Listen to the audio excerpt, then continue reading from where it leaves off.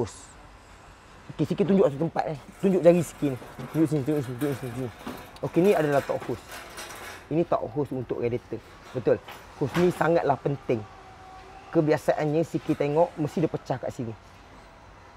Kebiasaannya dia akan pecah kat sini. Kenapa sikit dia pecah kat sini? Dia ni kereta ni tak pecah pun, cuma sikit tunjuk je. Kebiasaannya dia akan pecah kat sini. Yang pertama, bocor daripada valve cover gasket kena dekat hos ni. So hos ni kembang, dia boleh pecah.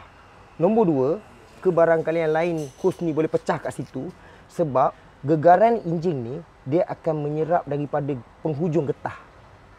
So dekat sini dia kurang terima gegaran. Faham?